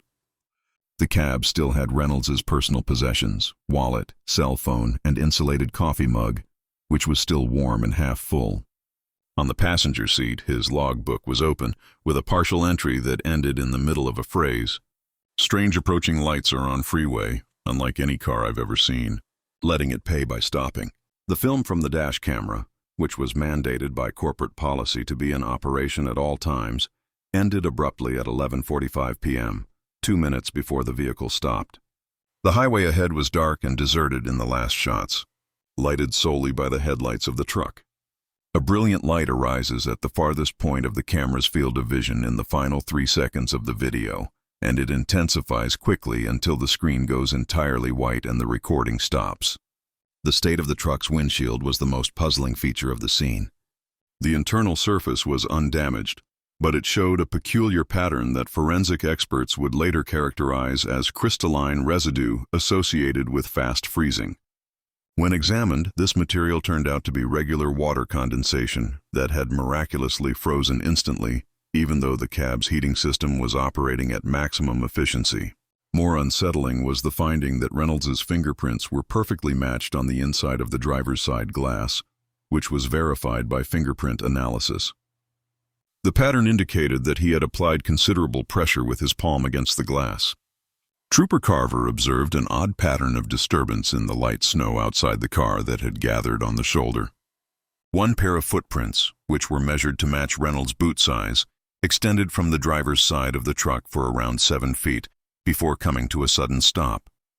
There was no sign that the prince was still making his way back to the car or that he was being obstructed by something. It seems as if the subject just disappeared in the middle of the ride, as Carver wrote in her official report. Other officers arrived within an hour, and the search for Michael Reynolds started right away. By dawn, a full-scale operation was in progress, involving K-9 units, thermal imaging-capable helicopters, and scores of officers on foot. No sign of Reynolds was found beyond those 7 footprints leading away from his truck. Even though the search was conducted in perfect conditions, clear weather, fresh snow that would preserve any tracks, and open terrain in several places. When detectives examined information from Reynolds' cell phone and the truck's onboard computer system, the investigation took an unexpected turn. Starting at Reynolds had tried to call Heartland's emergency dispatch line 4 times at 11:30 p.m., but the company had not received any of the calls. During the same period, the truck's communication system recorded many unsuccessful efforts to send out an emergency signal. Both systems had been operating normally according to technical experts, but it seemed that they had run into an outside disturbance that prevented any outgoing transmissions. Additional examination of the other irregularities were discovered in the truck's electronic systems. The onboard computer documented severe electrical system variations between 11:43 and 11:47 p.m., with power surges surpassing the vehicle's typical operating parameters by more than 300%. The cab's temperature briefly dropped from 72 °C to 28 °C in less than 30 seconds, according to the engine diagnostic system, before rising back to normal. Given the vehicle's insulation and heating capacities, engineers determined that this environmental shift was physically impossible. Other drivers who had been on Highway 53 that evening were questioned by investigators. In the area where Reynolds vanished, 2 witnesses claimed to have seen strange activity. At 11:40 p.m., Carolyn Murray, a southbound driver, reported passing a Reynolds truck that was traveling north. "What caught my attention was a bright light that seemed to be following his truck at a distance," Murray said. "I initially believed it to be another car with its high beams on. However, the light was too white, almost blue-white, and too focused, like an LED at its greatest intensity. It also didn't move like a typical car. At the same distance behind him, it appeared to sway slightly from side to side." Thomas Blackwood, another witness, had been driving about 2 meters behind Reynolds. "I spotted what appeared to be lightning ahead at about 11:45, but it was concentrated in one area on the roadway. That night there was no storm. The sky was clear with a little snow. I had to protect my eyes from this intense brightness. Up ahead I could see warning lights on the shoulder when my vision returned. By the time I arrived at the location, the truck with its flashers on was the only car in sight. Since everything appeared to be correctly parked, and I assumed the driver was simply taking a break, I slowed down but did not stop." The inquiry grew to analyze Reynolds' history and mental health before he vanished. Interviews with his doctor, co-workers, and family did not show any alarming trends. Reynolds had no prior history of financial difficulties, substance misuse, or mental health disorders. He was said to be content with his career, financially secure, and happily married with 3 kids. No signs of disappearance or personal anguish were present. Investigators received information from his wife, Jennifer Reynolds, that gave the case more context. Mike told me of an odd incident that occurred on his Minnesota route 3 weeks before to his disappearance, which she reported to investigators. He claimed to have observed strange lights on the highway that didn't belong to any known car. He said their movements were too fluid and they were too brilliant. He informed his boss about it, but was informed that it was most likely either emergency vehicles responding to an accident or just another driver with modified headlights. Jennifer further disclosed that following this occurrence, her husband started traveling across Minnesota in a different way whenever feasible, which increased his distance by around 40 meters. She clarified that he never explicitly stated that he was terrified. Although Mike wasn't that kind of person, he did say that the lights made him uneasy, and that he would rather stay off that section of the highway whenever possible. He had to drive Highway 53 the night he vanished, since his other route was blocked by road construction. After 4 weeks, the search for Michael Reynolds was reduced to sporadic patrols and investigation follow-ups. Not a single other physical piece of evidence was found during this time. A forestry worker discovered Reynolds' Heartland Logistics cap hanging from a tree branch about 12 feet above the ground, over 3 miles from where his truck had been abandoned 2 months after he vanished. That was the only development. Despite spending a Minnesota winter outside, the cap displayed no signs of exposure or weather damage. Officially, the case is still listed as an open inquiry into a missing person. Heartland Logistics has instituted a regulation mandating that truckers traverse that portion of Highway 53 in pairs, especially at night. Additionally, the business equipped their fleet with improved communication systems that use numerous frequencies at once to avoid comparable signal blocking. Before being put back into service, Reynolds' truck was thoroughly inspected by forensic technicians, electrical experts, and mechanical engineers. Although no mechanical or structural problems were found, 2 later drivers complained of electrical problems and mysterious chilly areas when driving the car. After deleting all identifying numbers and repainting the truck, Heartland eventually withdrew it from their fleet and sent it to a technical institution for training purposes. Among truckers, the section of Highway 53 where Reynolds vanished has developed a reputation, and many of them turn off jobs that would require them to travel that road after nightfall. Regardless of the weather or posted speed limits, locals say that drivers frequently accelerate considerably when traveling through that particular area. Perhaps the most provocative evaluation was provided by atmospheric physics professor Dr. Ela Sorensen, who provided consultation on the case. An event involving energy transfers that defy conventional wisdom is suggested by the physical data, the instantaneous freezing pattern, the electrical abnormalities, and the communication breakdown. Our existing models of thermodynamics are unable to adequately explain the temperature drop observed in the cab, because it would necessitate a massive and immediate extraction of thermal energy. The Reynolds family still finds the case's lack of resolution to be its most challenging element. Jennifer Reynolds, who has a website devoted to her husband's disappearance and the peculiar circumstances surrounding it, is still an advocate for the probe. In a recent interview, she said, "Someone knows something. I think there are answers out there. Whether it comes from someone with specific knowledge of these phenomena on remote roadways, or from another vehicle who witnessed something that night. Mike's experience wasn't a traditional disappearance, and we won't use traditional methods to locate him." In the current trucking industry, Michael Reynolds' disappearance is one of the most well-documented but wholly unexplained occurrences. It is a sobering reminder of the mysterious phenomena that often interrupt the daily routines of individuals who earn their living by traveling America's remote roadways in the dead of night, especially through the northern forests of Minnesota. Nowadays, a lot of drivers complain keeping their own dash cams, apart from the company's equipment, in the hopes of catching a glimpse of the enigmatic lights in case they reappear on Highway 53. Samuel Corbin, a professional truck driver, left a distribution facility in Billings, Montana on March 21, 2020, with a load of medical supplies that were headed to hospitals in Seattle, Washington. Throughout his more than 16 years of employment with Westland Transport, the 52-year-old driver had an impeccable safety record. His intended path would take him via Interstate 90, which he had traversed hundreds of times without any problems, across the northern Rocky Mountains. Corbin's voyage continued as usual into the afternoon, according to Westland's digital tracking system. As he approached the Idaho border, he reported acceptable road conditions despite intermittent rain, and he made his planned check-ins with dispatch. At 8:42 p.m., his last regular communication was place.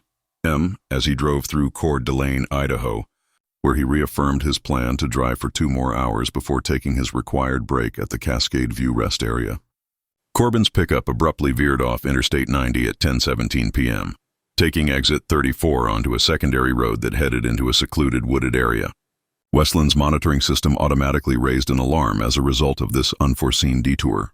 Dispatch tried to get in touch with Corbin to get clarity, but they got no answer via the truck's integrated system, his business cell phone, or the CB radio. At 10:31 p.m., Dispatch Supervisor Teresa Langley called the Washington State Patrol in accordance with policy for inexplicable deviations. Trooper James Wilson arrived at the scene at 11:08 p.m. after being sent to conduct an investigation. One of Washington's most perplexing missing persons cases would center on what he found. About 7 miles away from the highway exit, Corbin's truck was discovered safely parked on a broad shoulder. The danger lights were on, the headlights were on, and the engine was still going. Trooper Wilson could detect no signs of disturbance within the cab, and the doors were shut. Once inside, he captured a scene that defied easy interpretation. The cab still held Corbin's personal things: logbook, corporate mobile phone, wallet with identification, and $216 in cash. A coffee thermos remained warm to the touch. At 10:12 p.m., the last entry was recorded in the logbook. There was only one line in M. A strange radio transmission is coming. We'll look at the source of the frequency. The state of the truck's electronic systems was the most puzzling finding. The digital readouts were showing absurd figures, yet the dashboard display was functioning fine. The clock was frozen at 10:17 p.m., spinning back and forth between 10:16 and 10:18 continually, and the external temperature gauge read even though the real temperature was about 45 degrees. According to Trooper Wilson's report, the truck's CV radio was continuously generating a low-frequency tone that was unlike any radio interference he had experienced in his 15 years of service. The film from the dash camera, which was mandated by company policy to be in operation at all times, ceased abruptly at 10:15 p.m. The truck had left the freeway 2 minutes prior. The audio segment recorded an odd sequence, but the last frames depicted typical highway traffic.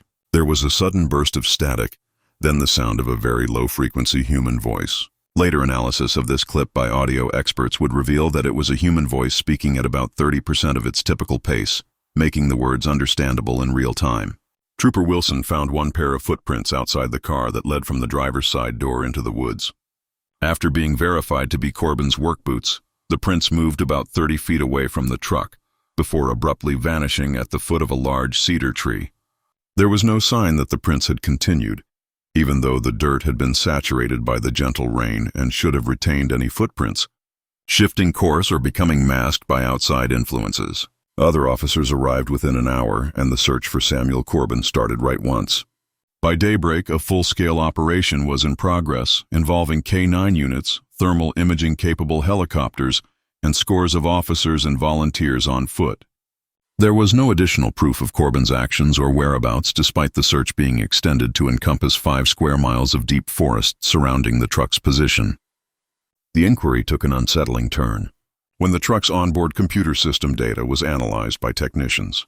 The device had started to capture a number of unusual electromagnetic readings in the near vicinity of the car at 10:07 p.m. Westland. Transport engineers were unable to link any known equipment in the truck or typical outside sources to activity spikes. Even more worrisome was the finding that between 10:14 p.m. and 10:17 p.m., a power spike above 400% of typical operating conditions had occurred in the truck's electrical system. However, no circuits had been harmed and no fuses had burst. Other drivers who had been on Interstate 90 that evening were questioned by investigators. Unusual encounters were described by 3 different witnesses in the area where Corbin had off the highway. Around 10 p.m., Martin Delaney, who was driving about 15 minutes ahead of Corbin, reported that an odd transmission had come into his own CB radio. It was not normal trucker chit-chat, Delaney clarified. The voice had an odd texture, almost mechanical, but with human inflections, which initially made me believe it was a foreign language channel. About 30 seconds later, the radio died and didn't work again until I was almost to Spokane. About half a mile from the highway, Vanessa Torres, another driver, reported seeing a column of what appeared to be smoke or mist coming from the forest as she passed exit 34 at approximately 10:20 p.m.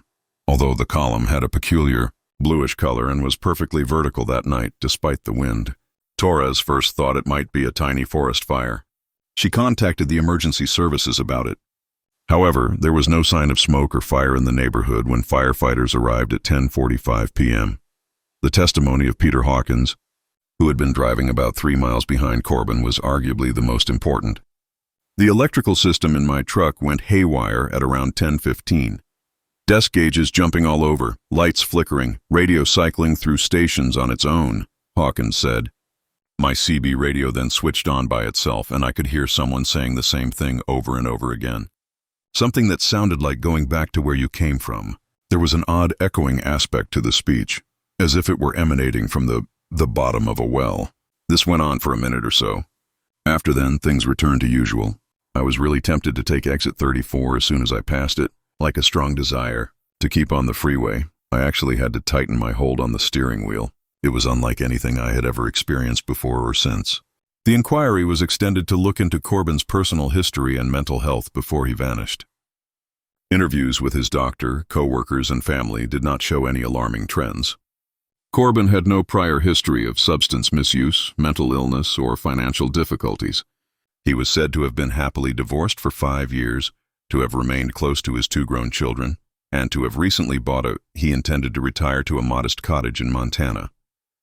Investigators received information from his daughter, Rebecca Corbin, that gave the case more context. "My dad called me 2 weeks prior to his disappearance, sounding perplexed," she informed investigators. He claimed that while driving on I-90 at night, he had been encountering strange radio interference. He explained that even when the radio was off, voices that sounded slower were able to be heard. After discussing it with his manager and the company technician, they concluded that there was nothing wrong with his equipment and speculated that it might be the result of nearby military communications interfering. Rebecca also disclosed that, although it was not one of the devices found in his van, her father had started using a personal digital recorder to capture these odd broadcasts. "He informed me that he would gather these recordings and send them to a communications-related engineering acquaintance. In that sense, he was systematic and always sought to comprehend how and why things occurred." After 3 weeks, the search for Samuel Corbin was reduced to sporadic patrols and investigation follow-ups. There was only one other piece of evidence found at this time. 7 weeks after he vanished, hikers discovered Corbin's digital recorder hanging from a tree limb about 12 feet above the ground, over 2 miles from the location where his truck had been left. There was no evidence of weather damage on the equipment. Despite being exposed to the weather, its battery was fully charged, which was impossible considering the device's 48-hour battery life. Upon examining the contents of the recorder, investigators discovered 7 audio files that were taken between March 8 and March 24. The radio interference Corbin had told his daughter about was present in number 6. Voices speaking at a regular speed of about 30%, as validated by audio experts. The substance became evident when these recordings were accelerated to the typical speaking patterns of people, fragments of what seemed to be routine trucking communications, but talking about locations and routes that weren't shown on any maps at the time. Just 18 seconds of audio were captured on the last recording, which was made on March 21st, just before Corbin vanished, and time-stamped 10:14 p.m. "I can see it now through the trees, the source of the broadcast," Corbin's voice said. "This isn't possible." This was followed by a sound that sounded like the distortion of the atmosphere brought on by a strong electrical discharge, but with harmonics that didn't fit any known electrical phenomenon, either natural or man-made. Officially, the case is still listed as an open inquiry into a missing person. Drivers are not permitted to leave the interstate between Coeur d'Alene and Westland Transport and Spokane without explicit dispatch authority at night. Improved communication systems with backup power sources and electromagnetic protection were also added to their fleet. Before being put back into service, Corbin's truck was thoroughly inspected by forensic technicians, electrical engineers, and communication specialists. 3 distinct drivers reported experiencing odd radio interference and instrument problems while driving, even though no mechanical concerns were found. Driving the car along the same path. In the end, Westland shifted the truck to local delivery routes that avoided the I-90 corridor where Corbin had vanished, removing it from interstate operations. Truckers have a reputation for avoiding exit 34 at all costs, especially after nightfall, on the section of secondary road where Corbin's vehicle was discovered. According to locals, CB radio communications frequently become quiet as vehicles near that exit, with many truckers turning off their radios or changing channels as they get closer. Perhaps the most provocative evaluation was provided by electrical engineer Dr. Raymond Castellanos, who provided consultation on the matter. Together with the auditory oddities and the unexplained power characteristics of the retrieved recording device, the electromagnetic anomalies captured by the truck's systems point to interactions with energy forms that are outside the scope of existing scientific knowledge. Particularly noteworthy and deserving of more research is the confined character of these events, which are concentrated around a particular geographic area. The absence of resolution continues to be heartbreaking for the Corbin family. Rebecca Corbin, who has a website devoted to her father's disappearance and the peculiar circumstances surrounding it, is still an advocate for the investigation. At first, the authorities handled this as a typical missing persons case. According to her recent interview, it's a persons case. However, my father's experience was anything but typical. The evidence suggests that he was drawn off the highway by something that was communicating over radio frequencies and defied normal explanation. Even if we lack the scientific framework to completely comprehend what happened that night, ignoring it as a typical disappearance guarantees that we never will. Samuel Corbin's disappearance is still among the most well-documented but inexplicable incidents in the contemporary trucking sector. It is a chilling reminder to those who drive America's highways at night, especially through the far-flung forests of the Pacific Northwest, of the unidentified occurrences that sometimes appear in these lonely thoroughfares. In order to avoid becoming the next unexplained addition to the growing list of truckers who have disappeared while tracking enigmatic frequencies into the night, many drivers now have their own recording equipment and travel in convoys when passing through the area after dark. Ethan Walters, a seasoned truck driver, set off on what should have been a standard delivery from Santa Fe, New Mexico to Las Vegas, Nevada on August 7, 2021. After more than 12 years with Southwestern Freight Systems, the 45-year-old driver had established a solid reputation for dependability and adherence to safety procedures.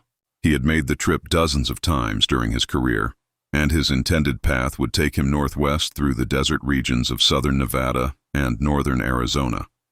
Walters left the Santa Fe distribution location around 3:40 p.m., according to corporate documents, moving a consignment of equipment for a commercial restaurant. Southwestern's cutting-edge tracking device installed in his truck tracked his location, speed, and mechanical problems in real time. As he drove into Arizona on Interstate 40, Walters reported clear weather and good road conditions during his mandatory check-ins with dispatch throughout the afternoon and early evening. At 9:26 p.m., his last regular transmission was sent. As he got closer to Kingman, Arizona, he reaffirmed his plan to keep traveling on US 93 in the direction of Las Vegas. "Everything's running smoothly," Walters informed Maya Rodriguez, the dispatcher. "Traffic light, weather's clear, should make it to Vegas by midnight." Rodriguez would subsequently testify that this contact was normal and that Walters was as professional and serious as always. Southwestern's monitoring system noticed an odd change in Walters' route at 10:47 p.m. His pickup veered off US 93 onto Coyote Pass route, a side route that connected to the remote Black Mountains. An automated alert was set up by this unplanned deviation at the operational hub of the business. Dispatch tried using the truck's communication system to get in touch with Walters for clarification, but they got no answer. His business provided CB radios and cell phones. Rodriguez reported the incident to operations manager Daniel Hernandez, who approved emergency tracking measures and called the Arizona Highway Patrol at 11:15 p.m. in accordance with established process for unforeseen route deviations. Alicia Mendes, a trooper, was sent to look into it, and when she got there at 11:52 p.m., what she found would become the subject of one of Arizona's most bizarre missing persons investigations. Walters' truck was discovered parked in a broad turnaround with a view of a desert valley, some 14 meters down Coyote Pass Road. The car was securely fastened, with the engine running, the doors locked, and the danger lights on. Through the windows, inside the cab, Trooper Mendes saw no indications of any disturbance. She entered using emergency override procedures and captured a scene that immediately alarmed her. The cab still held Walters' personal things: wallet with identification and $184 in cash, company cell phone, and half-full water bottle. He had his logbook open on the at 10:45 p.m. The passenger seat's final entry stated, "Unusual Mirajiki structure visible from highway.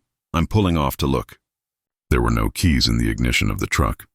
The dash camera, which was required by company policy to always be in operation, captured footage that ceased suddenly at 4 minutes prior to the truck turning onto Coyote Pass Road at 10:43 p.m. Nothing out of the ordinary was evident in the final shots, which depicted typical highway driving. The audio, however, showed Walter exclaiming, "What the hell is that?" before the turn signal began to sound. Beyond the car, trooper from the driver's side door, Mendes found one set of footprints that led to the turnout's edge, where a hiking trail dropped into the valley below. The prints, who was subsequently found to be identical to Walter's work boots, proceeded down the path for about 50 yards before abruptly vanishing onto a level piece of rock. There was no sign of the prints continuing, changing course, or being masked by the natural environment, even though the soft earth around them should have retained any traces. The hunt for Ethan Walters started right away, and other officers showed up before daybreak. By daybreak, a full-scale operation was in progress, involving scores of officers and volunteers on foot, K-9 units, and helicopter surveillance equipped with thermal imaging capabilities. 5 miles were searched in all directions from the truck's location, but no other proof of Walter's presence or movement in the area could be found. When forensic experts looked into the truck's electronic systems, the investigation took an unexpected turn. A sequence of unusual data had been recorded by the onboard computer starting at 10:41 p.m., 6 minutes prior to Walter's decision to drive off the highway. A brief power spike that impacted all electrical systems but did not harm the vehicle's components was one of them, as were sharp variations in the air pressure sensors and GPS coordinate jumping that indicated the truck was briefly in several places at once. The most upsetting finding was that the dash camera malfunctioned at precisely 10:43 p.m., when the truck's external temperature sensors reported an abrupt decrease from 89 degrees to 34 degrees. Before reverting to typical desert nighttime temperatures, this temperature anomaly lasted precisely 17 seconds. The truck manufacturer's engineers verified that it would be physically impossible to achieve such a quick temperature shift under typical atmospheric circumstances. Other drivers who had been on US 93 that evening were questioned by investigators. Unusual encounters were observed by 4 different witnesses in the area where Walters had veered off course. Jessica Reyes, who was around 20 minutes ahead of Walters, reported that there had been brief malfunctions with her car's electrical system. Approximately 10:30 p.m., she said that for roughly 10 seconds my engine sputtered as if it were about to stall, my dashboard lights flickered, and my radio went out. After then, things returned to usual. In all the years I've been driving that route, I've never encountered something like. 2 miles before to the Coyote Pass Road turnoff, Marcus Washington, another driver, reported seeing what he initially believed to be a mirage. Washington said, "At first I thought it was just heat shimmer, even though it was night. Then I saw that, in an area where I know there is only open desert, I appeared to be seeing a structure such as a towering building or tower. It appeared to have a faint bluish glow coming from within. It vanished as soon as I blinked. I wiped my eyes, thinking that I must be more exhausted than I actually was." The testimony of Rafael Diaz, who had been following Walters for almost 5 miles, was arguably the most important. "I saw what appeared to be a lightning strike off to the west of the highway at around 10:45, Diaz said. "It wasn't your typical lightning, though. It was a flawless 3-second vertical column of light. There was no thunder after it. It's unlike anything I've ever seen throughout my entire life in Arizona. A few minutes later, I experienced the strange sensation of a pressure in my head telling me to turn off the highway as I passed the Coyote Pass turnoff. It was so powerful that, in an attempt to divert my attention, I actually tightened my grasp on the steering wheel and turned up my radio." The inquiry was broadened to include Walter's personal history and mental health before he vanished. There were no alarming trends found in interviews with family members, co-workers, and medical specialists. Walters had no prior history of substance misuse, mental illness, or financial difficulties. Although he was divorced, he remained friendly with his ex-wife, got along well with his co-workers, and recently got a performance bonus from Southwestern. No signs of disappearance or personal anguish were present. Catherine, his sister Walters, gave detectives information that helped put the case in context. She told detectives that Ethan called her 3 weeks prior to his disappearance, sounding very perplexed. He claimed to have seen what appeared to be a sizable building in the distance on 2 separate occasions while traveling the same section of US 93 at night, even though he knew it didn't exist. He claimed that it appeared to produce its own light and was geometric, almost crystalline. I know something out of the ordinary had captured his attention because he is a realistic person who is not prone to hyperbole or fantasy. He informed me that he would attempt to record his next run with his own camera. Neither the intensive investigation of the surrounding region nor the goods retrieved from Walter's truck included this personal camera. After 4 weeks, the search for Ethan Walters was reduced to sporadic patrols and investigation follow-ups. Only one other piece of evidence surfaced during this time. Over 400 feet above the valley level and over 3 miles from the location where his truck had been abandoned, a team of hikers found Walters' Southwestern Freight Systems cap on a rocky ledge about 2 months after he vanished. Even after weeks of exposure to the harsh desert environment, the hat exhibited no signs of weathering or exposure damage. The fact that the metal company symbol on the cap had been partially melted, necessitating temperatures above 1,000 degrees Celsius, was even more perplexing. However, there was no heat damage to the cloth around it. Officially, the case is still listed as an open inquiry into a missing person. Since then, Southwestern Freight Systems has made it illegal for truckers to stray from approved routes when passing through this region of Arizona without dispatch's express permission. They also added multiple backup channels and improved communication technologies to their fleet. Before being put back into service, Walter's vehicle was thoroughly inspected by forensic technicians, electrical experts, and mechanical engineers. 2 later drivers reported having strange electrical faults and inexplicable cold areas in the cab when driving the car along the same route, even though no structural or mechanical problems were found. After a while, Southwestern moved the truck to routes that avoided the US 93 region, where Walters had vanished. The length of roadway close to Coyote Pass Road has earned a disconcerting reputation among transit professionals.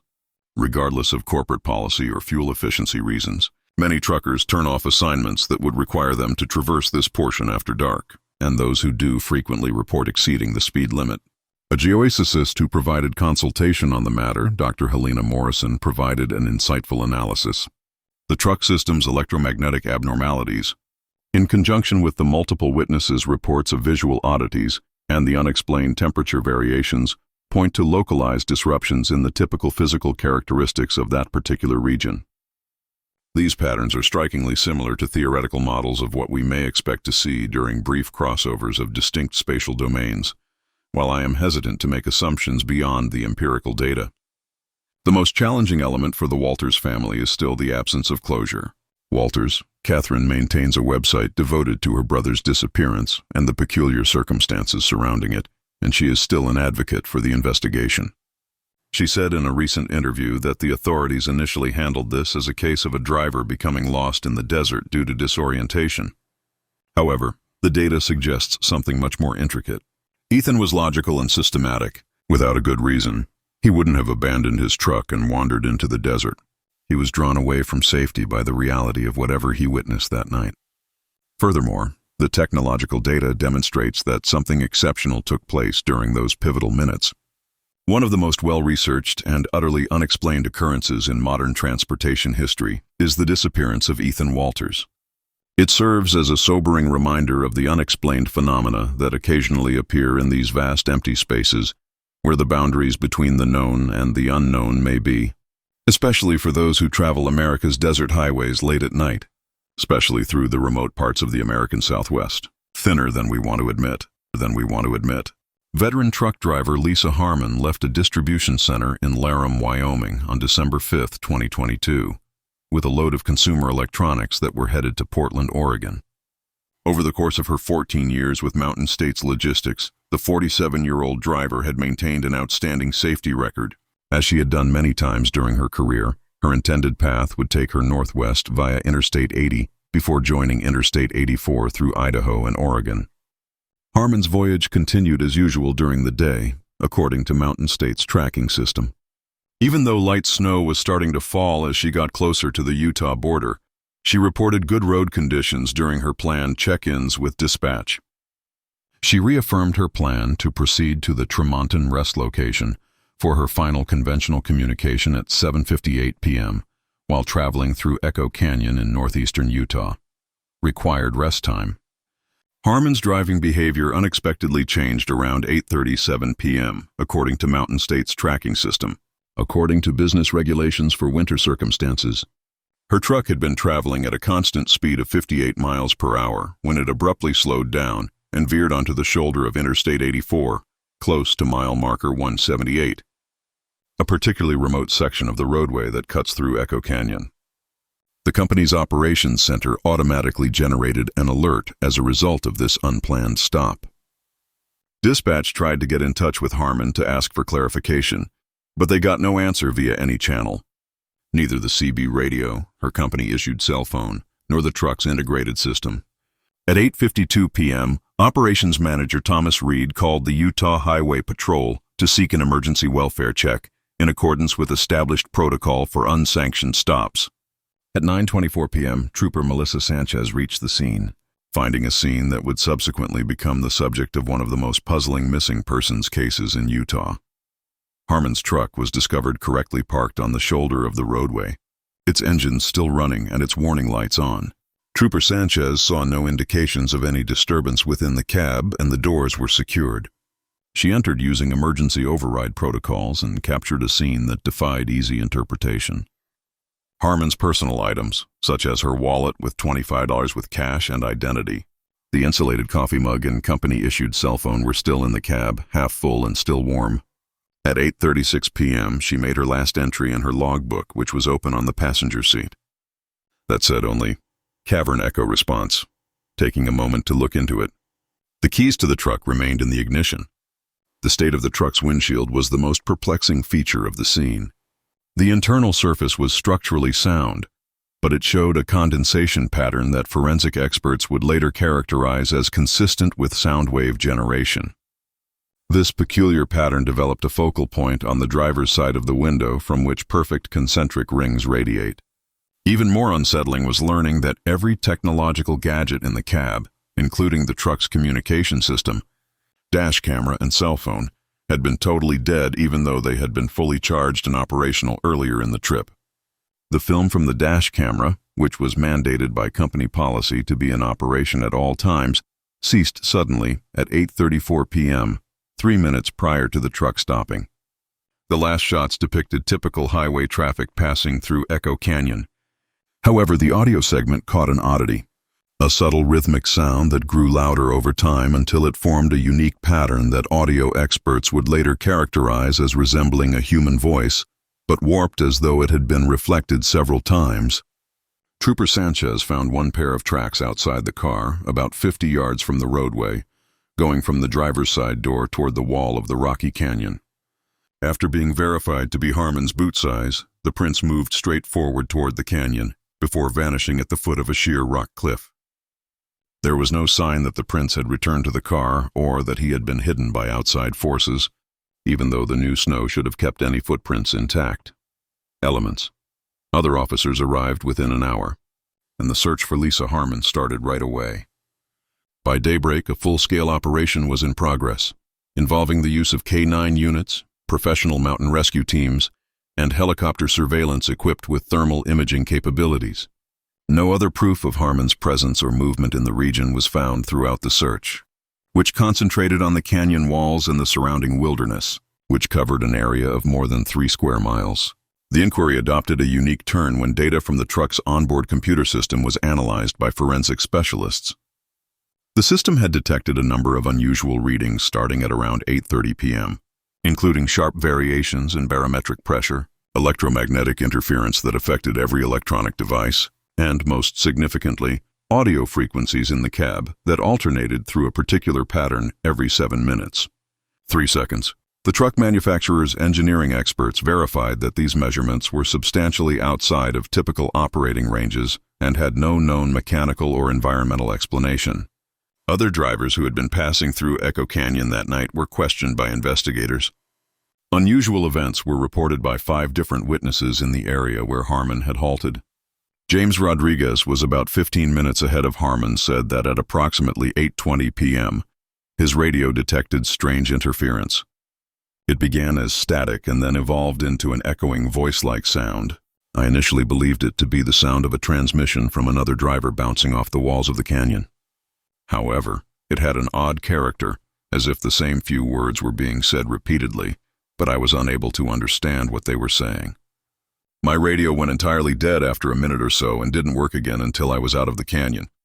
At around 8:40 p.m., Sarah Chen, another witness, said she was passing the same spot and saw what she characterized as a column of vapor or mist rising from the base of the canyon wall, where Harmon's footprints were later found. Chen clarified that it wasn't like typical exhaust or fog. It seemed to be moving with purpose because it had definition. The fact that it stayed exactly upright in spite of the wind that night roaring through the canyon was what most impressed me. The testimony of Michael Tanner, who had been driving about 3 miles behind Harmon, was arguably the most important. Tanner said, "My truck's electrical system went haywire around 8:35, gauges jumping, lights dimming, and the radio spinning between frequencies by itself. Then, despite the fact that my radio was off, I heard a voice over my speakers. It was difficult to comprehend since it sounded like a woman's voice repeating the same thing over and over again with an echo effect. I couldn't be sure, but I think it's something like going back to the source or answering the call. This went on for perhaps 30 seconds. After then, everything was as it had been. A few minutes later, I came to that section of canyon and was compelled to stop at the same location where the truck had been discovered. I had to literally tighten my hold on the steering wheel and concentrate on the road ahead since the sensation was so intense. The inquiry was extended to look at Harmon's personal history and mental health before she vanished. Family members, co-workers, and medical experts interviewed provided no alarming patterns. Harmon had no prior history of financial difficulties, substance misuse, or mental health disorders. She was said to be content with her career, financially secure, and happily married with 2 teenage children. No signs of disappearance or personal anguish were present. Investigators received information from her husband, Robert Harmon, that gave the case more context. Lisa reported an odd incident that occurred on her run through Echo Canyon approximately 3 weeks prior to her disappearance. He informed investigators. She claimed to have heard what she described as her own voice calling to her through the radio, even while it was off, twice already while traveling through that same area at night. She said that she had asked for daytime routes whenever possible because it troubled her so much, even though she stated it was probably just exhaustion playing tricks on her head. She hadn't been through Echo Canyon after dark since those encounters until the night she vanished. In addition, Robert disclosed that his wife had started writing down her thoughts about these encounters in a private journal, which was not one of the things found in her truck. He clarified, she was a methodical person. In order to look for a pattern, she needed to record the precise time and place of these incidents. She said that the incidents consistently took place within a 4-mile radius of the route. After 3 weeks, the search for Lisa Harmon was reduced to sporadic patrols and investigation follow-ups. Only one other piece of evidence surfaced during this time. A highway maintenance worker found Harmon's Mountain States logistical identification badge 2 months after she vanished. It was lodged in a small crack in the canyon wall, some 30 feet above the ground, and exactly where her tracks had ended. Despite being exposed to severe winter weather for weeks, the badge showed no signs of weathering or environmental degradation. According to forensic investigation, the plastic laminate displayed microscopic fracture patterns that were consistent with exposure to high-frequency sound waves, and the magnetic strip on the back had been fully demagnetized. Officially, the case is still listed as an open inquiry into a missing person. Due to a policy put in place by Mountain States Logistics, drivers must traverse Echo Canyon in pairs, especially in the evening. Improved communication systems with electromagnetic shielding and independent circuit backup power sources were also added to the company's fleet. Before being put back into service, Harmon's vehicle was thoroughly inspected by forensic technicians, mechanical engineers, and acoustic specialists. 3 distinct drivers later reported experiencing strange aural disturbances, even though no structural or mechanical problems were found. While driving through the same section of Echo Canyon, there were electrical issues. Eventually, Mountain States moved the truck on routes in northeastern Utah that did not include Interstate 84. Transportation workers have a spooky reputation for the roadway segment where Harmon vanished. When given jobs that would require them to pass through Echo Canyon after nightfall, many truckers decline, and those who do frequently describe passing through that area while driving with their radios and communication systems fully turned off, a particular route segment.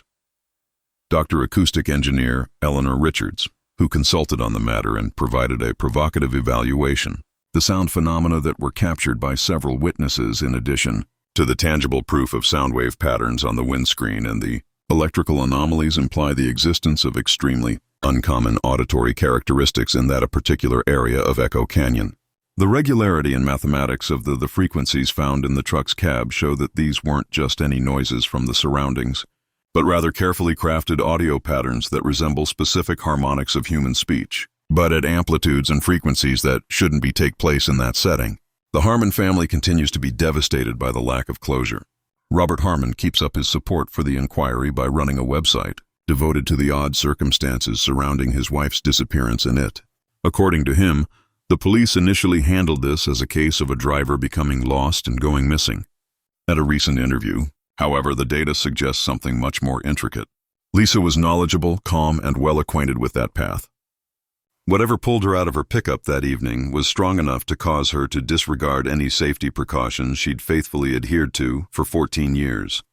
We think that comprehension holds the key to the solution. Why have several drivers lately reported those audio phenomena?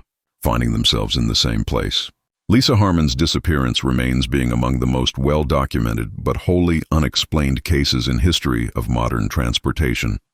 For individuals who traverse the roadways of America through the West's deep canyons, especially in the remote hours of darkness, it acts as a humbling reminder of the mysterious things that sometimes appear in places where stillness and sound interplay in ways that science is still learning about.